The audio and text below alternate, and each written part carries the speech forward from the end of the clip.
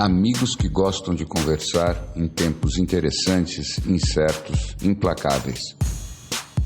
Com o futuro suspenso e o passado cada dia mais distante, estamos aqui estacionados na condição humana, na tentativa de fazer uma nova vida funcionar.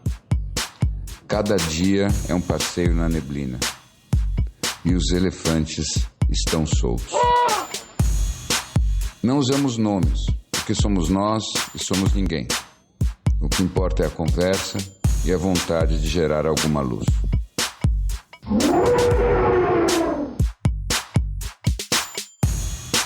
Tem toda uma coisa que acontece aqui no norte do Brasil, que é o turismo da vela, né? O turismo do vento. Que esse é o norte do Brasil aqui, começando do Nordeste, indo para o Norte, é um dos melhores lugares do mundo, se não for o melhor lugar do mundo de vento de kitesurf.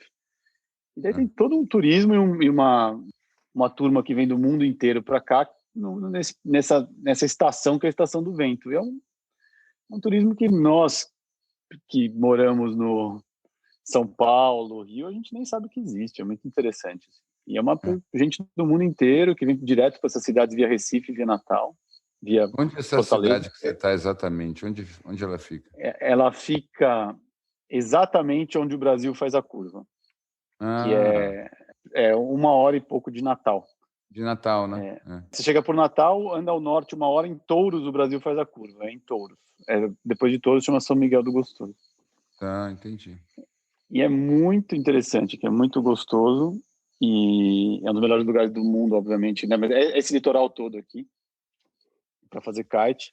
E é legal as influências de gente do mundo inteiro e pessoas que o vento é parte da vida delas. As pessoas vivem pelo vento. Então, o vento é o papo principal, o vento é o que dá a estação. São 6 meses de vento, não? São 6 meses de vento. E daí são pessoas que têm outra história de vida, que estão aqui vivendo uma vida totalmente possível. Esse ano a pandemia pegou eles porque, obviamente, eles recebem muitos estrangeiros, vem gente do mundo inteiro, é muito legal. Mas esse ano não veio, né? Obviamente, por causa da pandemia, vieram pouco só. Mas daí estimulou um turismo interno de muitos brasileiros que também adoram velejar, que vieram. Então é interessante, assim, você começa aquela coisa que a gente fala dos multiversos, né? Tem um multiverso aqui muito interessante de pessoas que vivem em outro ritmo, uma outra vida e que então boa parte das pessoas passam o começo do ano essa temporada do vento aqui, depois uma boa parte vai para a Europa, passa a temporada do vento lá, enfim, e vivem uma vida que é isso. Muito legal. E você, Larry Go, como é que está? Estou agora esperando aqui os barbitúricos fazerem efeito e fiz a segunda fase hoje, vamos ver. Acho que estou com esperança de que vai ser um bom processo. Acho que sim. Mas da outra vez já melhorou bastante? Não, da outra vez para cá não melhorou tanto. A cervical melhorou bem, o ombro não tanto. Mas é um processo meio medieval, né? Interessante você dizer que isso é um processo medieval, porque agora que você está descrevendo o que ele faz, eu acho que eu nunca encontrei um procedimento médico com o qual eu me identificasse tanto. Eu acho que é exatamente isso que eu tento fazer com as pessoas. É exatamente isso que eu tento fazer com as pessoas. Eu tento pegar a essência das pessoas, que eu sinto que está mal distribuída na vida delas, aí eu pego e tento tirar como se fosse um elixir das melhores partes, as partes fortes, as partes sadias, as partes que conseguem crescer e ter vitalidade, ter esperança e ter uma conexão com o futuro e tudo mais, e eu tento injetar nos pontos da vida delas que não andam. Exatamente a melhor versão delas concentrada. Você é um PRP psicológico. Bom, eu não sabia que eu era, mas eu aceito, se é isso que eles fazem. Agora, como nós estamos sempre abordando o tema das transformações, né? E acho que você falou de uma agora, eu sei que vocês estão muito familiarizados com o nome e também com o trabalho dele, etc. Mas eu tenho certeza que esse fim de semana eu terminei o meu curso inicial. Inicial, na verdade, ele faz 2 módulos juntos, nosso querido Joe Dispenza, que são módulos que ele só está fazendo online agora, porque ele só está fazendo presencial o avançado. E eu já tinha lido o livro, pelo menos um deles, que é o Esquecendo o Hábito de Ser Você, não sei como é a tradução aqui, mas é alguma coisa assim. Tem aquele Supernatural, Superhuman, alguma coisa assim, que é o outro. Mas o curso dele sem dúvida nenhuma, tudo que a gente foi tentar achar no Science and Non-Duality, nos anos que a gente foi lá, ele conseguiu, basicamente, colocar tudo que a gente falava e ouviu falar de invisível, ou de metafísico, ou de etéreo. E ele falou, bom, é o seguinte, eu sei que isso é fato, eu sei que isso acontece, eu sei que acontece desse jeito, mas eu vou ter que provar cientificamente, porque não só porque eu quero que as pessoas entendam que isso é verdade, mas porque eu sei que se as pessoas entenderem como isso está acontecendo no cérebro delas, o processo nelas vai ser muito mais rápido. E a partir de então, ele começou a documentar no curso avançado, ele começou a modular os cérebros durante as meditações, durante os exercícios, e foi criando todo o track record e todos os resultados, e é, sem dúvida, a maneira como ele dá o curso, a maneira como ele explica o que está acontecendo no seu cérebro, por que é tão difícil a transformação, o que é preciso para isso, e muito do que a gente conversou nos últimos episódios sobre a intenção realmente de mudança, a resistência, como é a resistência no cérebro, como é que ela está acontecendo, em que níveis do cérebro ela acontece, é imperdível. Que legal. É imperdível. Que legal. Eu digo para vocês que poucas vezes eu fui... E olha que o início, claro, que a gente tem resistência, ele vai falando, ele vai descrevendo tudo que vai, todas as resistências que vão passar ali, porque ele pede realmente, o curso pede que você no online esteja quase como você estaria no presencial. Então você tem que realmente desligar tudo e tem um processo de repetição que ele explica, claro, por que é tão importante. Então cada processo ele não só faz questão de sentir que todo mundo entendeu, como ele faz um explicar para o outro. Mas então, na verdade é um curso, não é um curso que está gravado, é um não, curso... Zoom. Ele está gravado, é que você assiste isso acontecendo, mas é claro que você pode, ao mesmo tempo, fazer a mesma coisa. Você pode simular que tem alguém do seu lado, você pode fazer o curso com alguém, que eu acho que é muito interessante fazer esse curso num grupo. E os presenciais dele, que são os avançados, não tem data, obviamente, para o Brasil. Tinha uma data para acho que junho do ano que vem, mas não confirmou.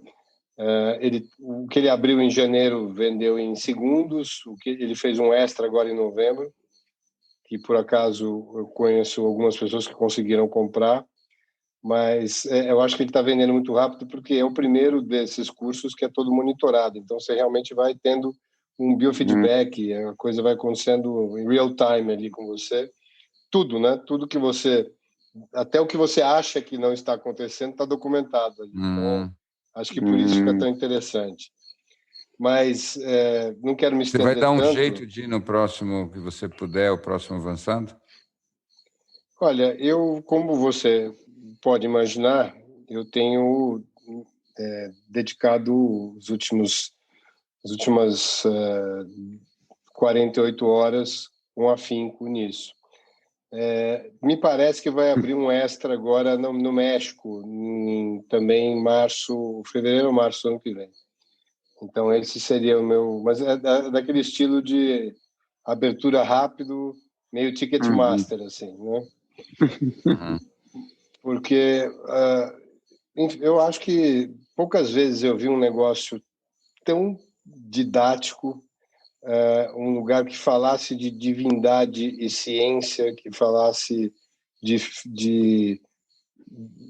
da vida, da evolução newtoniana para uma evolução quântica, da transformação do indivíduo para a transformação de sociedade. Cara, é realmente um dos cursos mais completos que eu já vi. Que Que legal, hein? Que bom, hein? Que legal. Notícia. Boa notícia. Vamos muito... Isso Quanto tempo demora o curso? Se você fizer... Num fim de semana você faz. Tem uma série de meditações, porque ele usa um princípio que a gente já conversou e você usa nas suas sessões, Larry B, com frequência, talvez por um ângulo diferente, mas que no fundo é exatamente a mesma coisa. O que ele fala é predominantemente de neuroplasticidade. Uhum. Como é que você desconstrói um caminho neural que já está super consolidado, né? Como você acaba criando um círculo vicioso hoje de emoções que nutrem pensamentos, que nutrem emoções e que mantêm, portanto, esse caminho. E como, através da neuroplasticidade, você pode realmente desconstruir ou desativar, por falta de uso, um caminho e criar um caminho novo, que nada mais é do que aquilo que você diz. Você reescrever tanto o que foi como o que vai ser. E aí a meditação é muito importante que ela venha junto com um tipo de emoção, porque ela por si só é só uma intenção, então é a intenção com a emoção de uma coisa já acontecendo, né? Quase uma gratidão não por um resultado, né? Não é um outcome driven, não é buscando eu quero ganhar tanta coisa, ou ganhar aquilo, é muito mais quem é essa pessoa que vai estar ganhando isso, né? Como é essa pessoa? Como que ela age? É essa pessoa que eu quero agradecer já ser. Entendeu? E vai muito em cima dessa vibração. Estou simplificando estupidamente aqui, mas é só para mostrar que a gente está ainda falando de neuroplasticidade e falando muito das disputas dos espaços do cérebro que você consegue ativar e que você está usando mais ou menos, e o tempo que você está usando cada um deles. Isso tudo a gente já conversou muito em todos os outros episódios, mas eu acho que ele fez um overall num curso. Muito legal. Larry Go, e o caminho prático, além das meditações, como você disse, é o caminho das afirmações, é o caminho de você já se projetar, ou tem mais algum outro? Eu acho que tem um processo, primeiro, de uma determinação de observação, que é muito... Uma vez que você entende que os teus pensamentos e as tuas ações, elas vão ou fortalecer ou enfraquecer aquele caminho pré-existente. Então, se a sua intenção é desconstruir um caminho que é nocivo para você hoje, que predominantemente foi criado a partir ou de um trauma, ou de uma emoção, ou de alguma coisa que te marcou, enfim, e que a partir dali, qualquer coisa que seja parecido com aquilo, a tua ideia é sempre trazer para aquele caminho conhecido. Então, se você entende que a tua dinâmica, isso é muito interessante, né? A dinâmica de relações que você tem. Você tem uma outra pessoa, onde os dois vivem e se nutrem dessa relação de vitimismo, ou seja, eu estou certo, mas o outro também acha que está certo. A única forma de você, no momento que você começa a observar o seu padrão dentro disso e ver e entender aonde você está nutrindo essa parte no seu caminho neural, e você brecar e observar o pensamento e a ação, pode parecer difícil, tá? Mas assim, é uma intenção mesmo. É interessante como, primeiro, claro, você tem a tua reação egóica, que é natural, essa você estribucha como se alguém realmente estivesse tirando de você a tua droga, porque você está vivendo um vício, portanto, uma abstinência, estão tirando de você uma droga, que é o quê? É aquele high de entrar numa discussão, de numa briga, de estar certo, alguma coisa assim, tirar de você isso, você vai ter aquela tremedeira, mas fundamentalmente o outro que está muito ligado naquele mesmo tipo de dinâmica fica perdido, porque se aquilo não está acontecendo como é o padrão das relações, no momento que você muda o seu lado, o outro lado também começa a estribuchar. Então, é aquela história, a sua transformação acaba mexendo no caminho neural do outro também. Claro. É claro que ele, por uma questão até de não estar, talvez, com a mesma determinação que você, e aí eu acho que vem um negócio interessantíssimo da compaixão. A compaixão, nesse caso, é só entender que não tem o bom ou o mal, só tem o cara que está preso na teia dos caminhos neurais pré-programados, que foram fundamentados a partir de uma utilização extensa no sistema simpático, que é o sistema reptiliano, que foi feito para reagir por um período muito curto, mas de uma maneira extensa. Ele cria aquilo que o Larry B disse no último episódio. Não existe mais homeostase. Talvez a homeostase seja o novo estado seja de ansiedade. É claro que sim, porque se você está trabalhando o tempo todo nisso, o teu caminho novo, o teu caminho de equilíbrio, onde você sente paz, é nesse tipo de dor. É na dor da ansiedade. E como é que você desconstrói isso? Não tem. A única forma, em relação aos seus pais, é cada uma dessas interações iniciar na observação.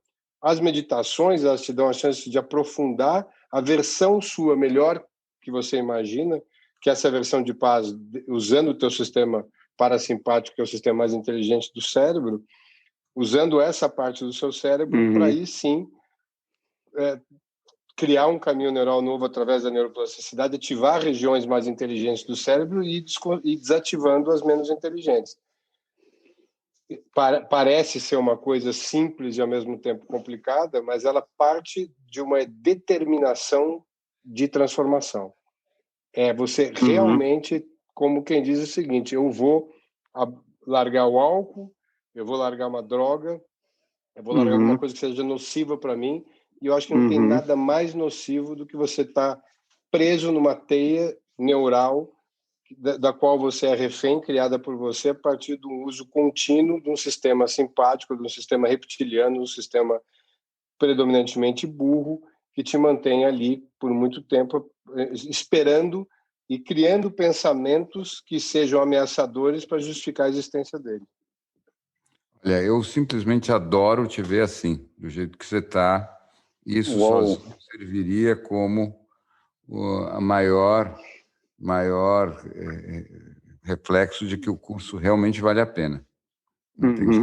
Todo mundo que te conhece, só te ver do jeito que você está falando, já se convence que o curso é bom e que o conteúdo é excepcional. Então, tudo que você diz faz sentido para mim. Eu só tem um detalhe aí que eu acho que eu, inclusive, estou vendo em você e, para mim, é muito, muito, muito central. Você falou como é que você falou? Na determinação da mudança, é isso? Então, tem uma coisa... A intenção, né? Tem uma coisa que, para mim, é o grande pulo do gato e que é, na verdade, o componente mais difícil, mais fugidio do processo todo.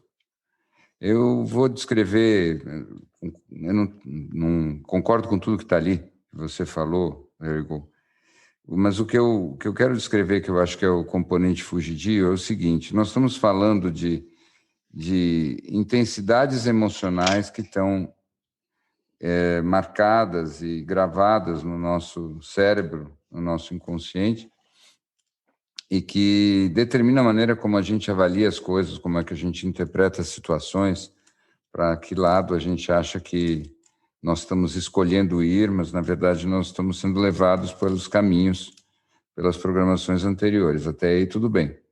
Mas o ponto todo é que, para você poder mudar isso, para você poder reprogramar e plasmar o cérebro de uma outra forma, é como se você tivesse literalmente que gravar novos circuitos na placa. E aí você pode imaginar alguma metáfora que é muito parecido com você criar chips.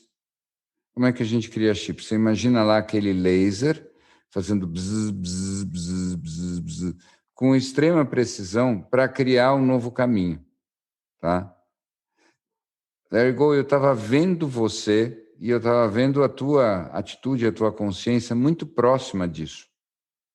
Eu acho que esse é o pulo do gato. E é isso que eu acho que é tão difícil de produzir.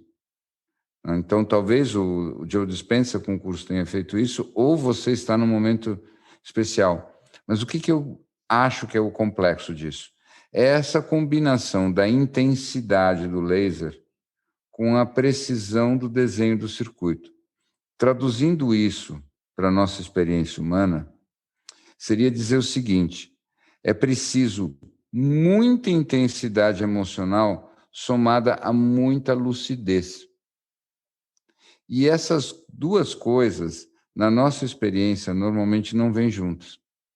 Então, quando eu converso com as pessoas, eu noto o seguinte: às vezes elas estão com uma lucidez enorme de como é que elas processam as coisas. Elas estão conseguindo fazer uma análise bastante clara de tudo o que acontece, e é como se elas conseguissem, com muita facilidade, desenhar o que deveria ser o novo circuito, ou o circuito que elas prefeririam no lugar do circuito velho, que é o circuito que as faz sofrer. Mas elas estão só com a lucidez, e nada transforma a partir da pura lucidez.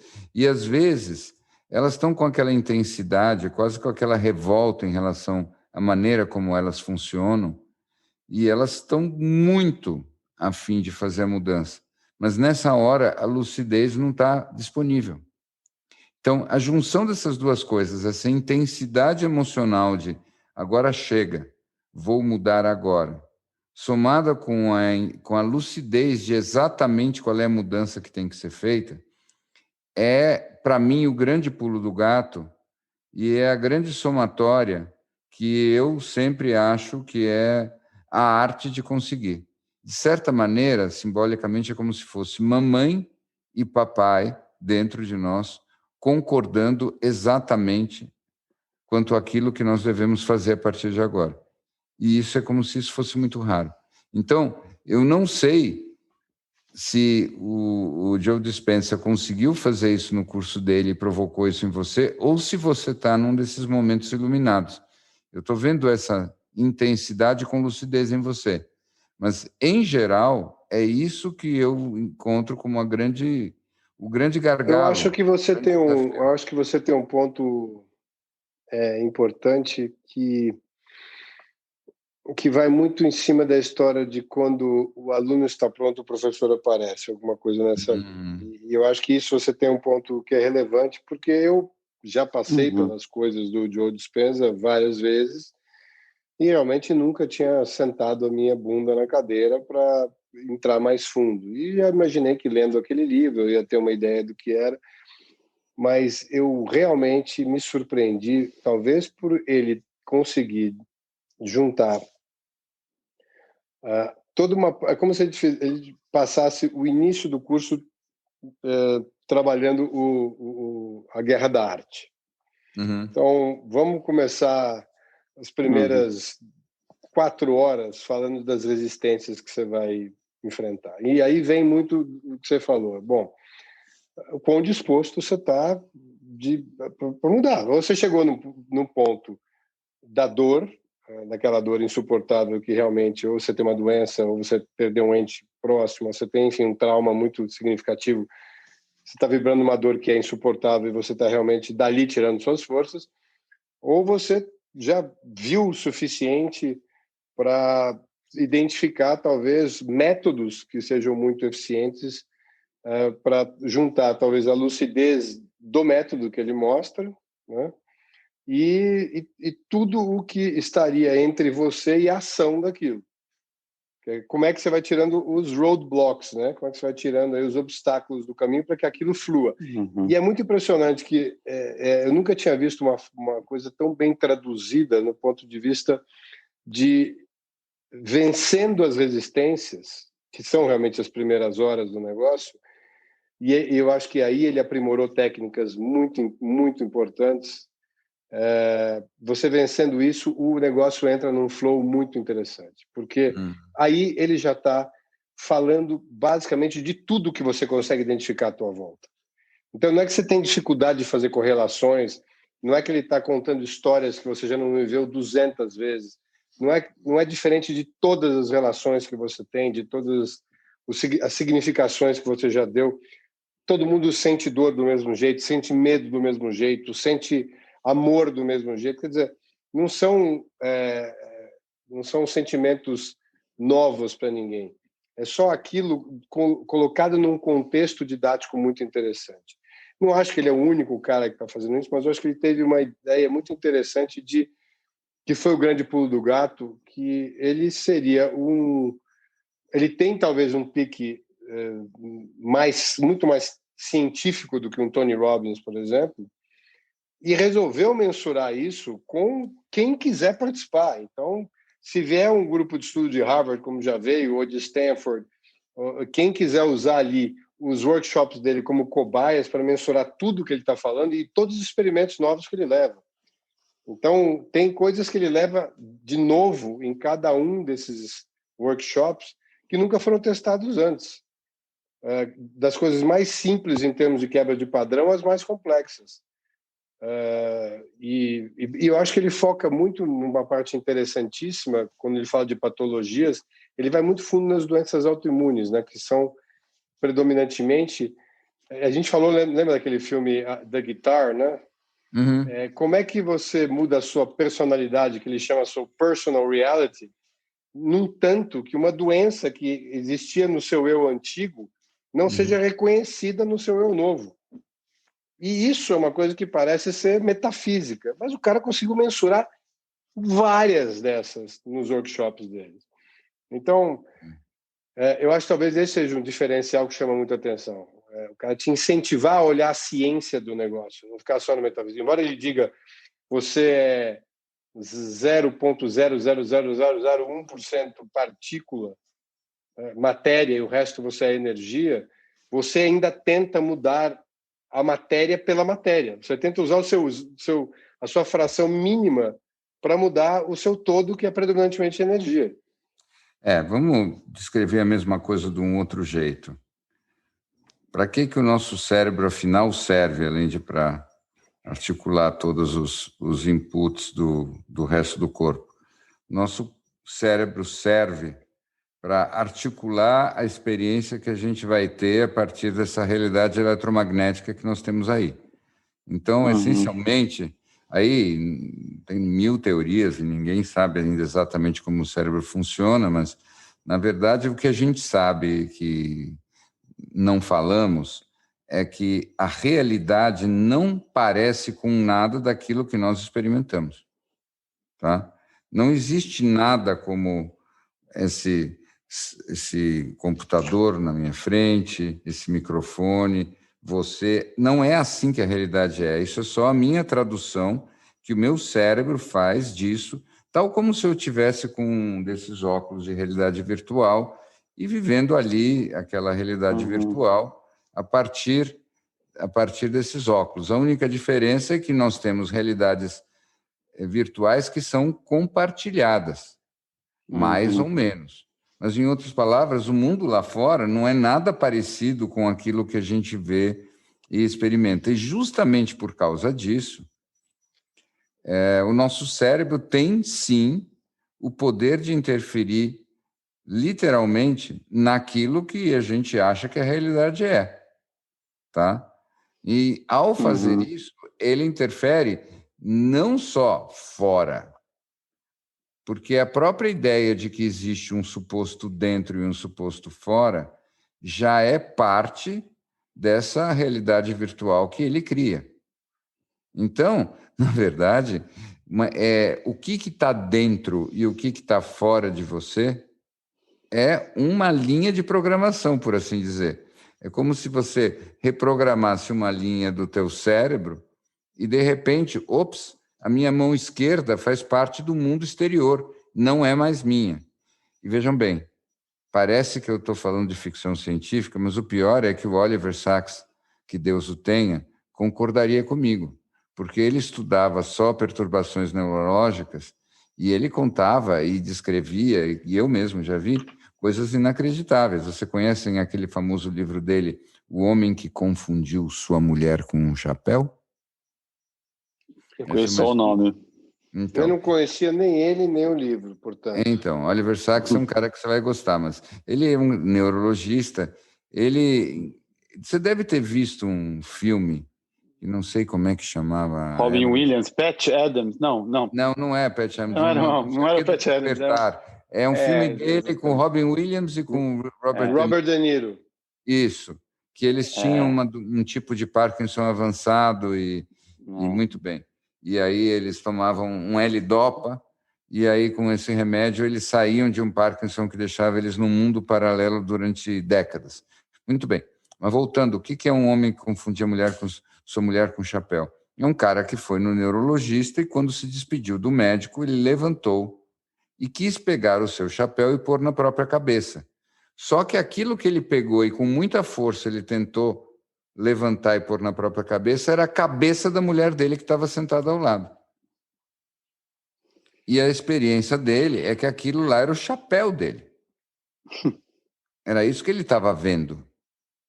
Então, como um erro de programação no computador pode mudar a simulação de um jeito tal que você está vendo um negócio que absolutamente ninguém mais vê. Né? Imagina só a mulher dele, por exemplo. Mas então, voltando, o que eu acho que é o relevante nessa história toda é nós estamos apenas começando a entender o quanto que o nosso cérebro é realmente um instrumento, um aparato de programar a nossa experiência. E que parte disso é tudo aquilo que a gente chama de bom, ruim, inevitável, necessário e, sobretudo, e não menos importante, eu. Então, quando você reprograma essas coisas, a tua experiência é outra. E tem uma coisa que você diz, e eu sempre digo que é muito fundamental, é quando você mudou a sua experiência, ela é tão absoluta quanto a anterior. A um ponto tal que você tem quase dificuldade de lembrar da velha. Não importa que a velha seja aquela que você experimentava há 5 minutos. Isso que é maluco. Então não é Eu que, acho que tem nossa, eu uma vou parte... deixando o velho eu. Né? Você muda e o velho eu é como é que era mesmo?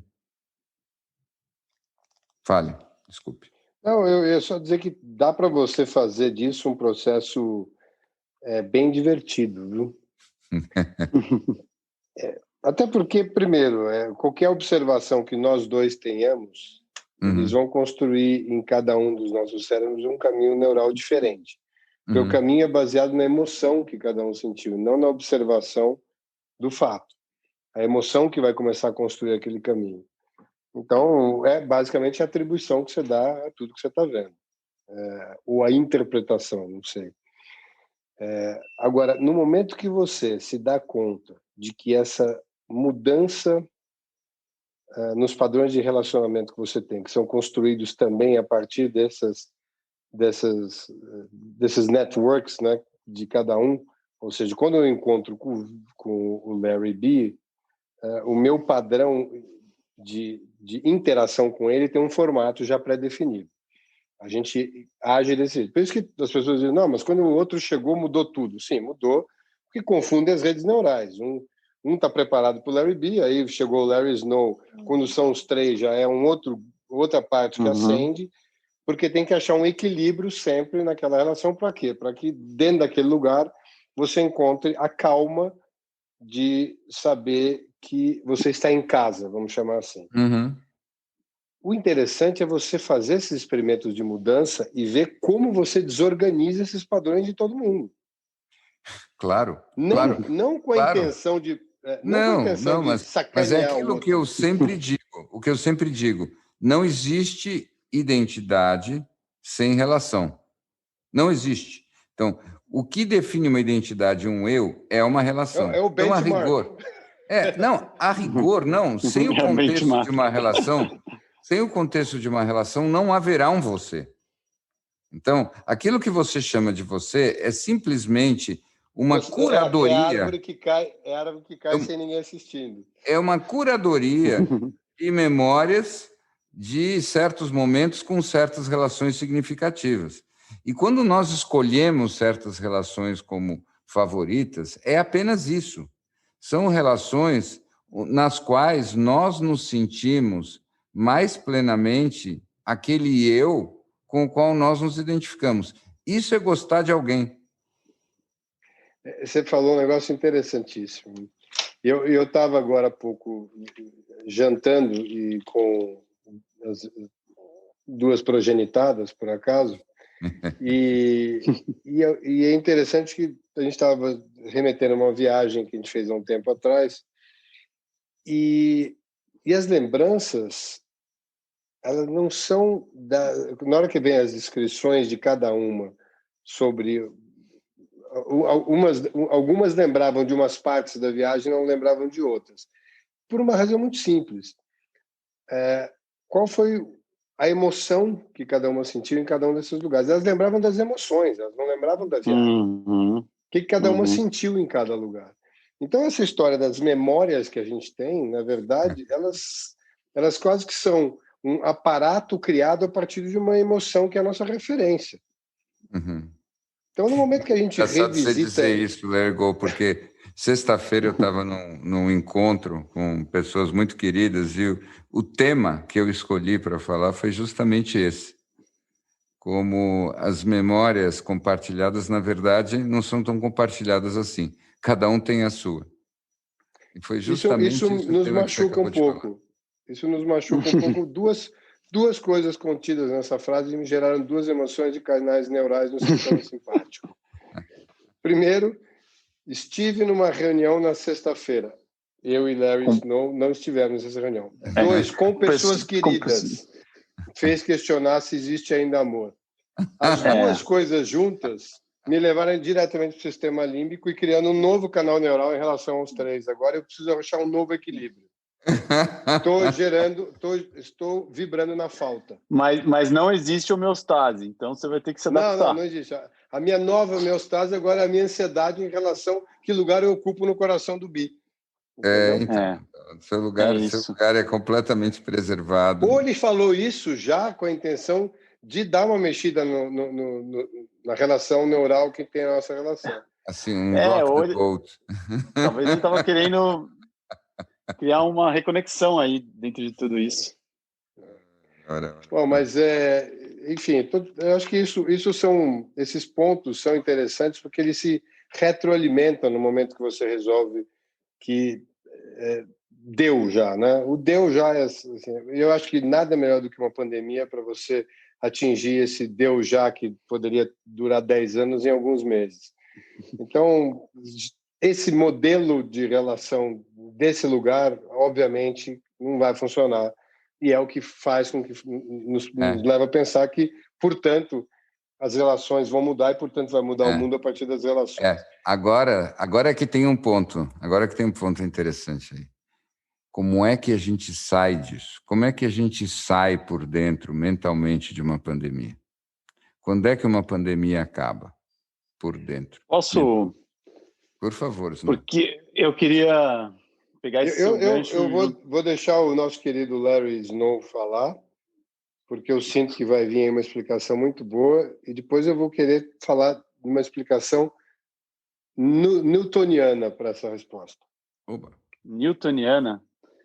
Não, eu não queria dar explicação nenhuma, não. Eu só queria fazer mais uma provocação em cima disso que o Bi falou e juntando o que vocês dois falaram nos últimos minutos. Eu estava pensando nessa ideia de que não existe identidade sem relação. E eu pensei que essa pandemia fez com que a gente perdesse ou ressignificasse muitas das nossas relações através de tudo que ela trouxe, de perdas, de ganhos, enfim. E eu acho que trouxe um luto enorme para muita gente de uma perda de muita coisa. Eu fiquei pensando o quanto o luto não é também uma perda de identidade. Porque se uma vez que você perde alguém tão próximo ou que você se desconecta com alguém, tem uma ruptura, uma perda enorme, também é uma perda de identidade. É uma busca de uma nova identidade. Eu fiquei pensando, juntando uma coisa com outra, quanto essa pandemia não foi uma perda de identidade generalizada, a gente já falou muito disso aqui por um outro caminho completamente diverso, e o quanto uma baita oportunidade para a gente repensar essa identidade, né? Como é que a gente retoma nessa pergunta do Bi? Eu só ia comentar quanto puramente freudiano você foi. Isso é puro Freud. Isso é puro Freud? Puro Freud, e isso é um elogio no caso, tá? Porque o que você acabou de elaborar é a tese central do luto e melancolia, que é o Freud tem um texto sobre isso, onde ele diz que o luto gera melancolia porque o luto é simplesmente a possibilidade da perda de uma relação que define quem que você é. Então, é uma ferida narcísica. E você fica melancólico para tentar, na verdade, não perder aquela velha identidade. Então, você, de certa maneira, você, ao invés de ficar no aqui e agora da vida, você fica num limbo meio melancólico, tentando preservar aquela identidade anterior que não faz mais sentido porque as relações foram perdidas, entendeu?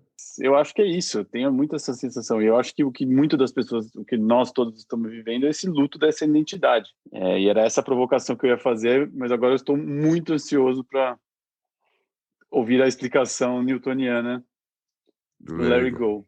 Ele agora está todo científico hoje.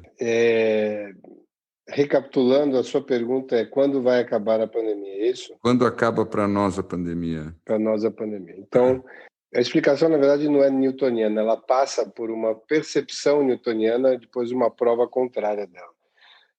Eu acho que ela vai acontecer. Você sabe quando os pássaros estão voando em flocks, né, em grupos, e eles fazem aquelas curvas abruptas e absolutamente sincronizadas, e que imaginava-se, né, que existia um líder desses pássaros que coordenava esse primeiro movimento, os outros seguiam. E portanto, que era um movimento top-down, né? Ou seja, hierarquicamente o líder para os seguidores.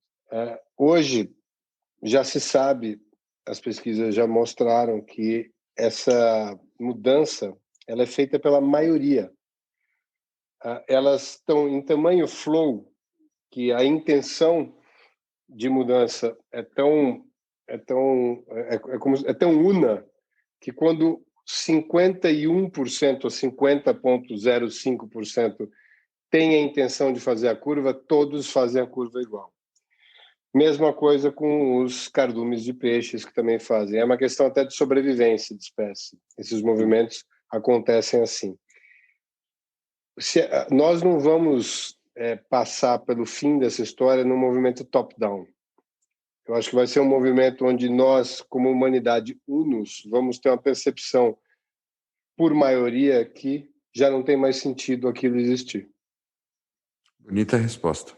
Nem dá vontade de pensar numa alternativa, porque a tua é a mais bonita. Eu realmente acredito nisso. Eu não estava poetizando, não. Eu acho que vai ser isso mesmo, aquela história de... Como eu imagino que tenha sido quando caíam as bombas em Londres, né, lá nos meados de 40 e poucos, e que a turma estava lá e, de repente, um foi olhando para o outro e chegou uma hora que uns 50,1% falou, cara, vamos tocar a vida. Eu sei, mas é que você sabe, eu acho que tem uma coisa aí que eu só preciso localizar, porque as palavras atrapalham.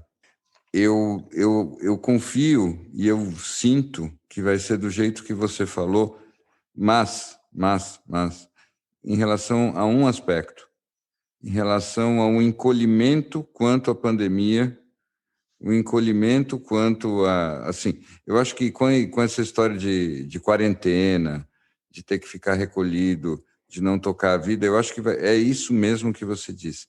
Mas o que eu estava pensando era um outro lugar. Eu acho que essa situação toda, esse ano de 2020, criou uma nova realidade de exceção, uma realidade de pausa, uma espécie de um Shabat meio misturado com um filme de terror. Eu gostei dessa. Nunca pensei, mas eu acho que o ano de 2020 é um Shabat misturado com um filme de terror, né? Isso é engraçado. Muito bem.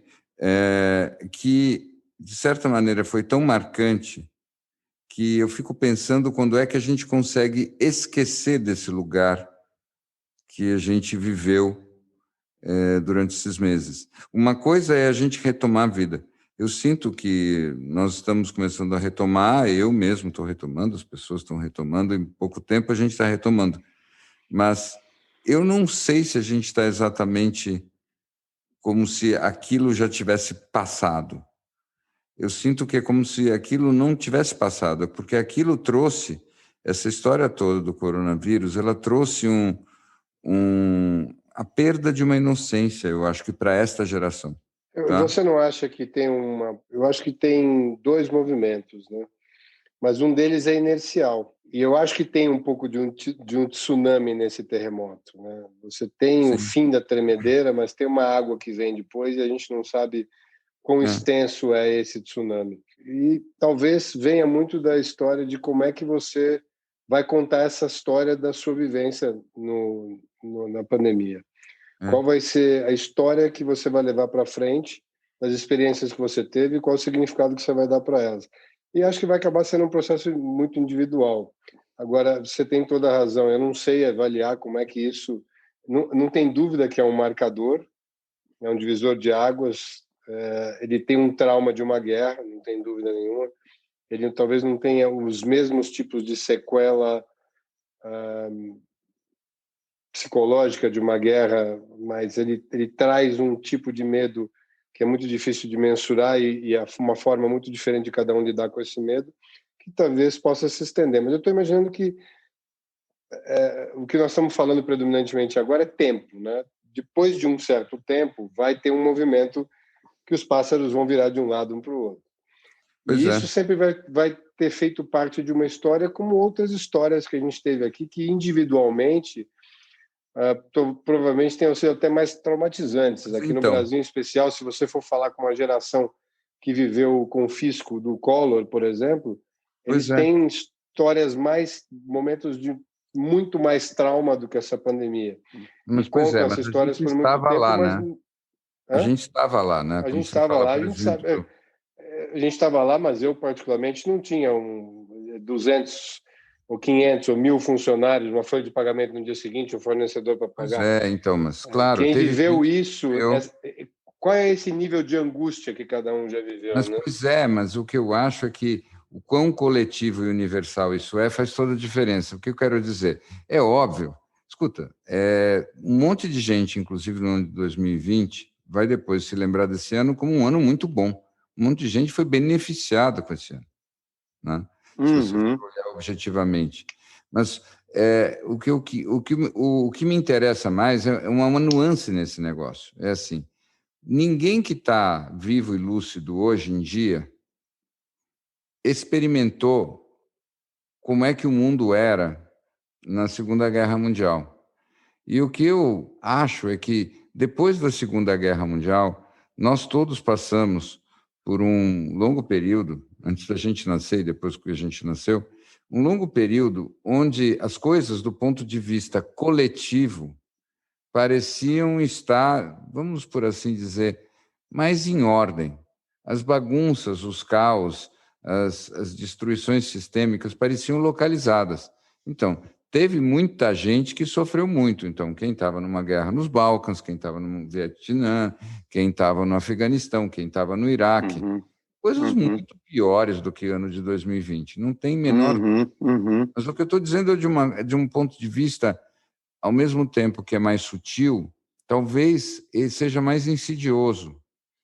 O que eu acho é que, pela primeira vez, de uma forma coletiva, planetária, as pessoas que estão vivas no planeta hoje tiveram a experiência de que o chão, a qualquer momento, pode ser puxado debaixo do pé delas. Tá? E é claro que teve casos muito mais extremos disso por aí. Mas, por exemplo, você falou do confisco do Collor. Para algumas pessoas foi muito mais extremo do que o coronavírus, mas foram algumas pessoas, e foi no Brasil. Claro que foi muito mais extremo a guerra do Iraque, ou o Vietnã e tudo mais, mas foi localizado. A crise dos mísseis de Cuba era uma coisa, em princípio, muito mais grave, mas foi muito mais limitada. Então, o que eu estou querendo dizer é que esse ano quase inteiro em que todo mundo olhou e disse, nossa, o que vai ser agora? Como é que vão ser as coisas? Eu acho que isso é uma perda de virgindade que não volta. Olha, você uma geração... tá falando... Desculpa, fala. Não, é uma geração inteira e uma sociedade inteira que descobriu de um dia para o outro que shit happens. De um dia para o outro, tudo que se falava pode acontecer. Agora, você viu, Bi, como a história toda que você contou, esse arcabouço todo de imagens que vieram à nossa cabeça, são justamente as histórias que a gente cria para manter o sistema límbico predominantemente aceso e ativo. E como é uma excelente oportunidade para você usar a parte inteligente do seu cérebro justamente para contar a outra história que pode vir dessa pandemia. Porque o que não vão faltar são oportunidades para a gente nos manter mais ansiosos baseado no Black Swan que foi, né, nesse cisne negro, nesse imponderável que foi o Covid. E se isso servir para nós criarmos no cérebro uma mensagem de que eu não estava alerta o suficiente, aí realmente nós vamos estar, eu vou na sua linha, a gente está propenso a aumentar bastante o número de patologias psicológicas que vão ser presentes. Mas é engraçado você falar desse ângulo, porque eu pensei em alguma coisa semelhante, mas com um teor completamente oposto. O que eu pensei foi o seguinte, que é uma situação que talvez destrua a nossa passividade para sempre. Então, num primeiro momento, talvez o grau de ansiedade generalizado aumente muito. É isso, inclusive, que eu tenho observado, tá? Assim como até o grau de patologias, por assim dizer, eu acho que num primeiro momento vai aumentar, sim. Mas eu não estou preocupado com isso, porque bem em linha com aquilo que nós estávamos conversando, eu acho que não existe nada mais perigoso para o ser humano do que uma passividade satisfeita. Então, uma sensação mais ou menos do tipo, a vida é assim, o mundo é assim que as coisas funcionam. Agora nós já chegamos num ponto que nada mais muda, ou para, sem querer citar de uma maneira desrespeitosa um cara que eu até admiro, esse é o fim da história. E não existe mais nada, porque a gente já sabe como é que as coisas vão seguir daqui por diante. Então, o que eu acho, sim, existe um componente aí de ansiedade aumentada ou até eventualmente patologias, mas elas não me preocupam em nada, porque para mim a grande história é você perceber que não é um convite esse negócio de você programar e desenhar a tua vida do jeito que você acha que deveria ser. É simplesmente a opção entre você ter uma vida muito ruim e a esperança de uma vida melhor. Bingo! Eu acho que é exatamente isso. Eu acho que é precisamente isso. Essas são as duas opções que você tem. E vem uma até essa imagem... descrição que você fez dessa desesperança, da forma como as pessoas têm talvez hoje, propriedade para descrever desesperança, ela é justamente essa descrição de uma profecia autorrealizável, porque é uma cocriação de uma realidade desesperançosa. A opção de sobrevivência é justamente pensar o oposto. Sim. Toda a minha dificuldade com as pessoas, quando eu tento ajudar elas, é sempre nessa direção. Primeiro, convencê-las de que a mudança é uma jogada interessante. Você sabe aquele negócio de quando você tem três bolinhas, tem uma bolinha escondida em 3 copos, e você escolhe o que acha que é um, e você tem que dizer aquele que não está. E aí você diz um, e aquele tira o copo, e aí só sobram 2. E ele pergunta, você quer mudar de ideia ou não? E a maior parte das pessoas não muda de ideia. E existe uma prova estatística, nada intuitiva, de que a tua chance de acertar é maior se você muda de ideia no meio do caminho. Isso daí é maravilhoso. A imagem que me veio enquanto vocês falavam é que eu acho que as pessoas estão acostumadas a pensar o caminho do futuro pensando no caminho que foi trilhado até aqui, né? Claro, as pessoas estão projetando o futuro olhando no retrovisor. Olhando no retrovisor, e é isso. Só que agora você olha para o passado, você está olhando uma pandemia aqui atrás. E o passado, tudo que você viveu e tudo que você significou já não faz mais tanto sentido assim. Então a gente tem uma crise de significado importante. E eu acho que também. Você tem um ponto interessantíssimo e eu acho que vale aí somar com a dica do Bi. Do mesmo jeito que você não percebeu vindo a pandemia, você ainda tem uma boa chance de trocar a bolinha que você escolheu. Isso.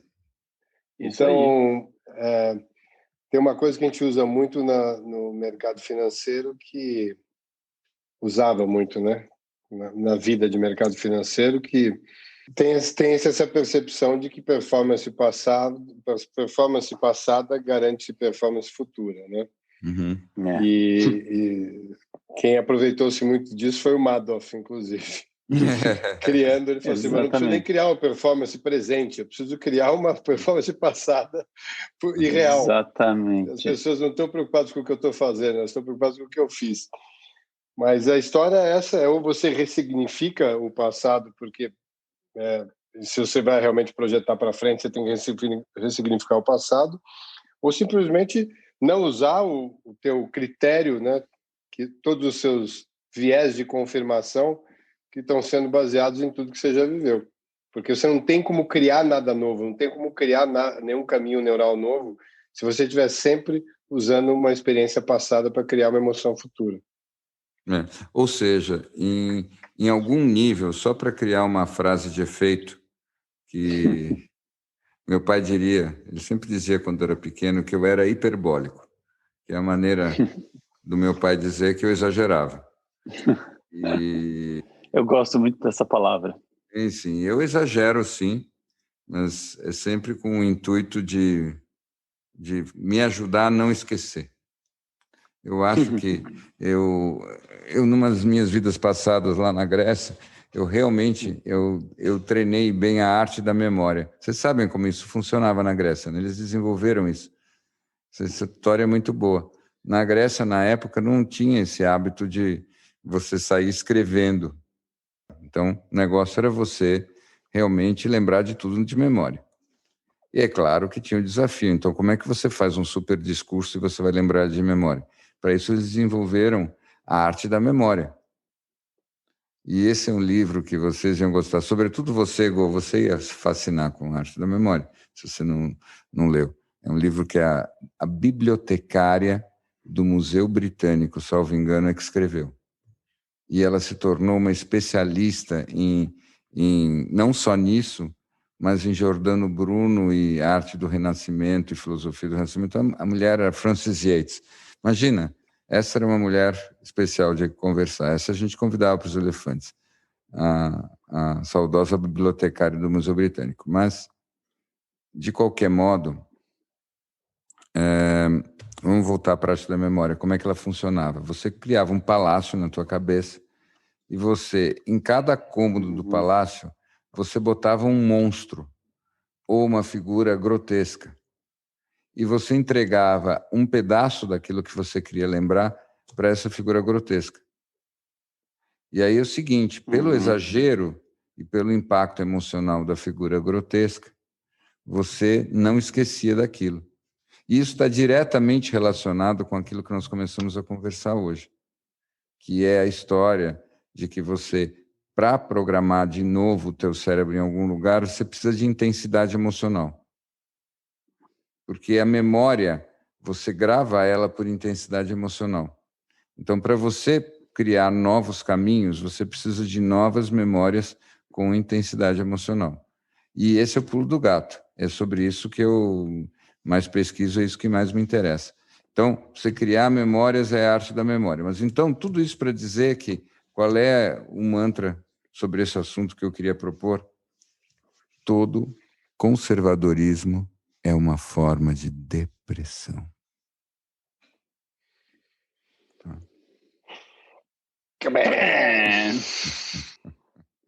Mas eu acho que esse vale a gente esticar um pouquinho mais, porque eu acho que este é um ponto que acho que dá uns 5 episódios. Ele dá. Eu vou dizer o seguinte: eu não tenho dúvida nenhuma que hoje a sua prescrição diária deveria ser zinco, vitamina D, talvez um suplemento aí de B2, B12, alguma coisa assim, e aprender alguma coisa nova todos os dias. Ah, que lindo! Te dar um beijo agora, é isso mesmo. Você pode dizer isso. Deixa eu recuperar aqui, porque eu ando meio ruim. Meu zinco acabou e eu tenho esquecido de tomar a vitamina D e a B12. né? Eu tenho ficado mas você está aprendendo coisas novas. Isso eu estou fazendo, né? Nem se fale. Tem um momento que as partículas e os átomos também encontram a matéria, né? Então, tem uma hora que tem as afirmações e tem a manifestação também, né? Uhum. Cara, é aí que vem o divino, entendeu? O divino é você sair da frente, tirar a sua parte partícula e entrar com a sua parte energia. É verdade, mas você sabe que tem uma coisa, que tem um paradoxo no que você falou. O que você disse é maravilhoso, né? É claro que você tem total razão, você enxergou tudo. Mas eu queria compartilhar com vocês um sonho que eu tive esses dias, que é muito significativo. É assim, nesse sonho, o meu corpo físico, tinha assumido uma forma que seria mais ou menos como de uma tartaruga. Ou seja, eu estava completamente achatado, como uma tartaruga ou um kart, bem perto do chão. Uhum. Mas eu me deslocava em todas as direções com muita velocidade, agilidade e estabilidade. Tá? Então, não tinha nada da lentidão da tartaruga. Mas, fora isso, todo o deslocamento ali. E eu pensava no sonho. Eu finalmente cheguei. E aí eu acordei com a percepção de que eu finalmente tinha chegado na Terra. Porque cá entre nós, me veio com muita clareza isso. Esse negócio de chegar na matéria e na terra e no solo nunca foi muito natural para mim. Então, não foi um processo interessante. imediato. Ele não precisa nem de uma interpretação junguiana, né? Não. Acho que não. Passa uma interpretação de umbigo. Isso pode ser uma... O Zé Carioca faria uma boa interpretação desse sonho. Muito bom, hein? Agora, você sabe que veio uma pergunta interessante nesse final de semana que cruzou o Joey com o Sadhguru. Que perguntaram ao Sadhguru, e até foi interessante, foi um jogador de futebol da Europa, um jogador da África que foi jogar na França, e perguntou ao Sadhguru, basicamente eu estou aqui nessa pandemia, coexistindo com os meus familiares, que era uma coisa atípica e tal, como é que eu faço para acalmar as pessoas tão próximas de mim, né? E aí vem a história de... O Sadhguru diz o seguinte: todas as dinâmicas têm as suas energias, como a gente estava falando agora há pouco, entre as partes envolvidas. Elas vibram numa frequência específica. Elas oscilam um pouco, mas elas sempre vão buscando novos equilíbrios. A única forma que você tem é de realmente mudar a sua frequência. E ele faz um comparativo até o seguinte: ele falou, quando eu ia para a floresta e eu ia viver 20 dias na floresta e levava um canudo só para me alimentar, as pessoas perguntavam, como é que você viveu com esse canudo? Ele falou, não, eu enfiava esse canudo numa colmeia, chupava o mel e descia e ia embora. E, bom, tudo bem, mas como é que fazia para as abelhas, duas picadas de abelha dessas abelhas indianas provavelmente daria uma reação alérgica seríssima e tal, enfim. Ele diz o seguinte: todos os animais, toda a natureza percebe energia, percebe frequência energética e, fundamentalmente, dali exala um processo químico. Entre nós não é diferente. No momento em que eu mudo a minha energia e eu exalo uma química diferente, o teu receptor percebe aquilo e se adapta a essa nova energia.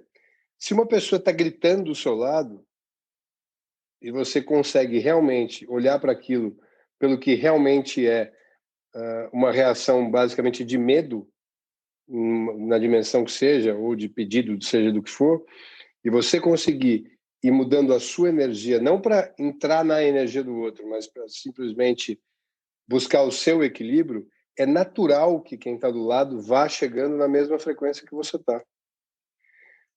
Também funciona da mesma forma o oposto, né? Se você tiver uma pessoa gritando, passar a ser duas, de repente você tem 300 pessoas gritando. Mas eu achei muito interessante esse paralelo que ele faz com os animais, porque o Joey, o Dispenza, diz muito isso, né?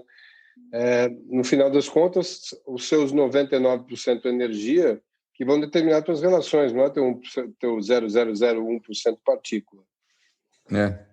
Eu Eu sempre formulo isso para mim, aí é meio uma coisa de filosofia / física, mas você trouxe a conversa bem para esse lugar.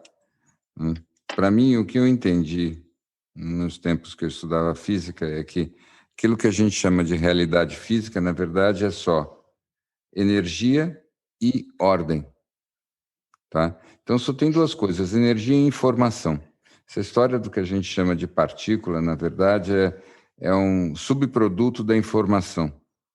Parece partícula, mas é quase como se fosse assim, a energia organizada de certo jeito, plasmada de certo jeito, parece partícula, mas é a energia do mesmo jeito. Tá? Então, o que tem é a informação.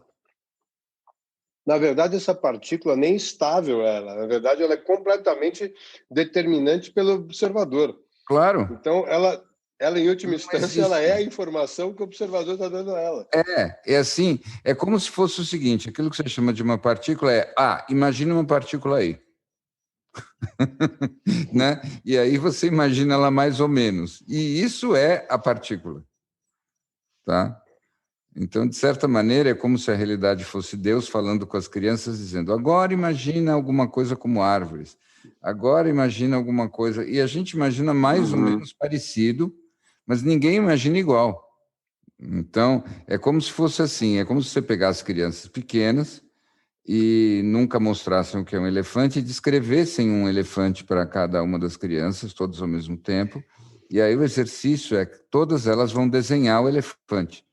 E aí a gente compara os desenhos, né? Para ver o que é o elefante de cada uma. E essas são as realidades, né? Isso seria a realidade. Você não precisa nem ir tão longe, né? Se você for naquele exemplo clássico de um jogo de futebol entre Boca Juniors e River Plate, em que metade da torcida torce para cada um, e no final de um jogo que terminou 2-1 para qualquer um dos lados, que não faz diferença, metade do estádio sai triste, metade sai muito feliz, o evento é o mesmo. E você sabe que nesses eventos assim, tem pesquisas, tem um cara chamado William Tyler que ele é especialista nisso. O livro dele é tão complicado que eu tentei ler 2 vezes, porque está assim, como se diz em inglês, above my pay grade. Não Acho que o Jordan Peterson parou na página 5 desse livro. Eu acho possível. Aliás, tadinho, ele está bem sofrido. Né? Mesmo, não vi ele ultimamente. Deu vontade de escrever para ele. Assim. Mas... Senhores, eu quero dizer o seguinte. Há muita esperança, porque vai haver uma compreensão muito grande de que o próximo caminho nós vamos ter que criar. Primeiro a nossa imaginação, e depois ter que viver. Amen to that. Amen to that. É isso. Olha só, o Larry Go, a gente começou falando de transformação. É o Larry Go na versão nova. Na Age of Aquarius. And the moon is in the 7th house. And Jupiter. Go.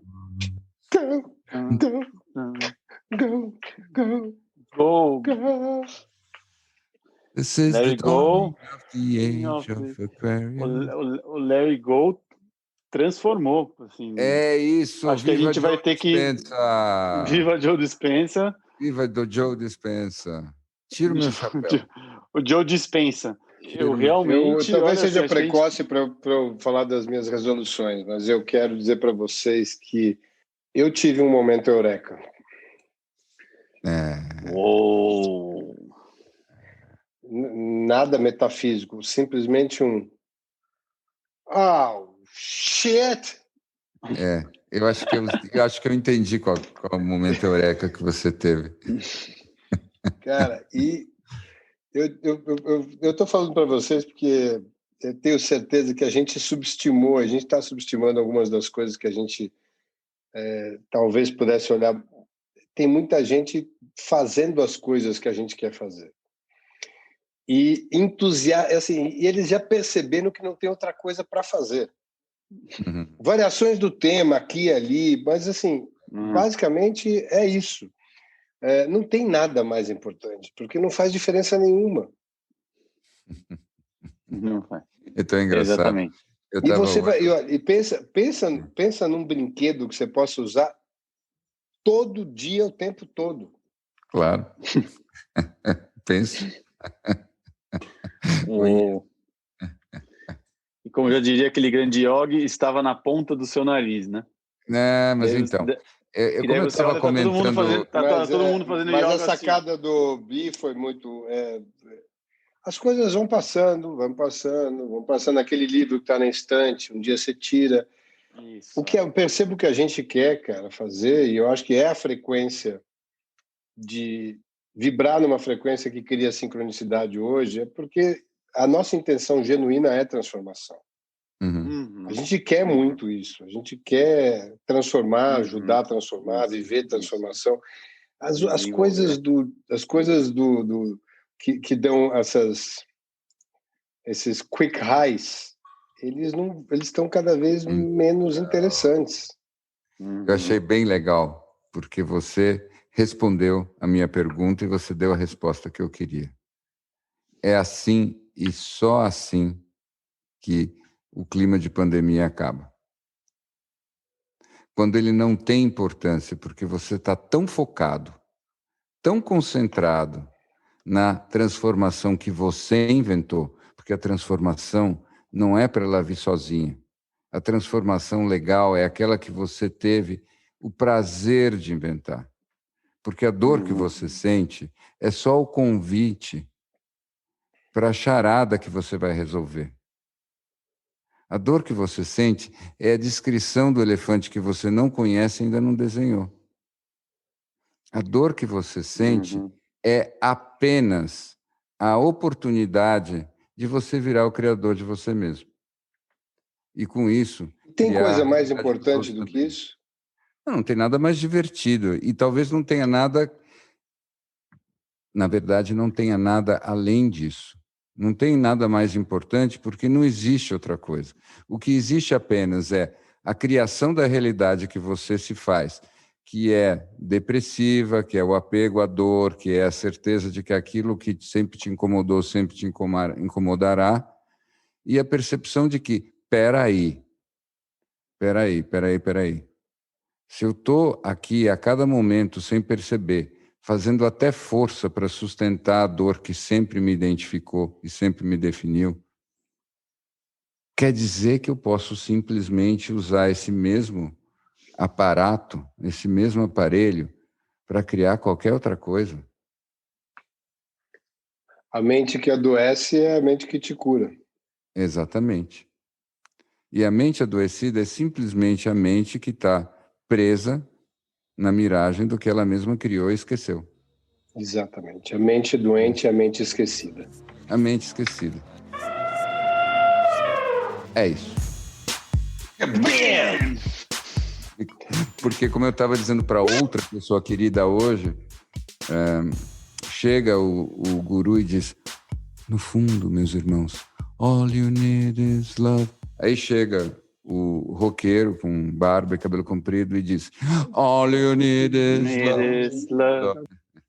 Love is all you need. É o amor. A combinação foi perfeita. Agora, deixa eu mostrar para vocês uma brincadeira que eu arranjei para mim hoje. Quero mostrar. Cara, o que tem de gimmicks? O que tem de gimmicks nessa casa? Eu tô vendo o seguinte, não vai caber, gadgets. Não tem mais lugar para Olga, não tem mais lugar para ninguém. A gente vai ter que brigar pelo nosso cantinho do nosso estúdio lá, né?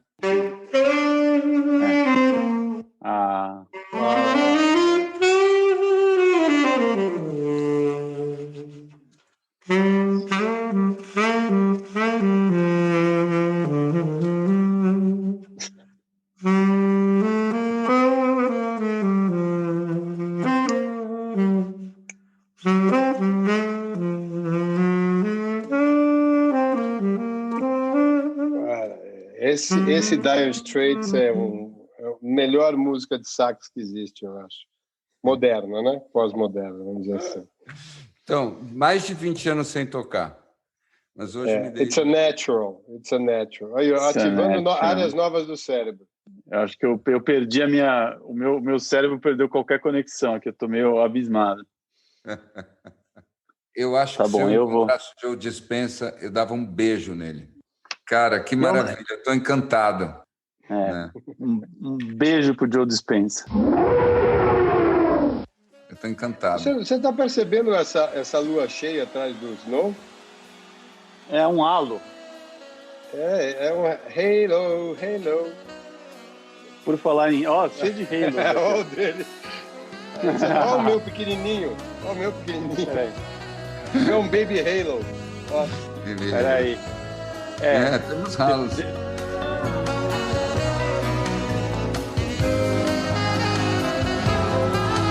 All the late-night bargains have been struck between the setting bulls and Danville. Prehistoric garbage trucks got the city to themselves. Echoes and roars, dinosaurs, they all doing the monster mash. Taxis and the home are only taking calls for cash.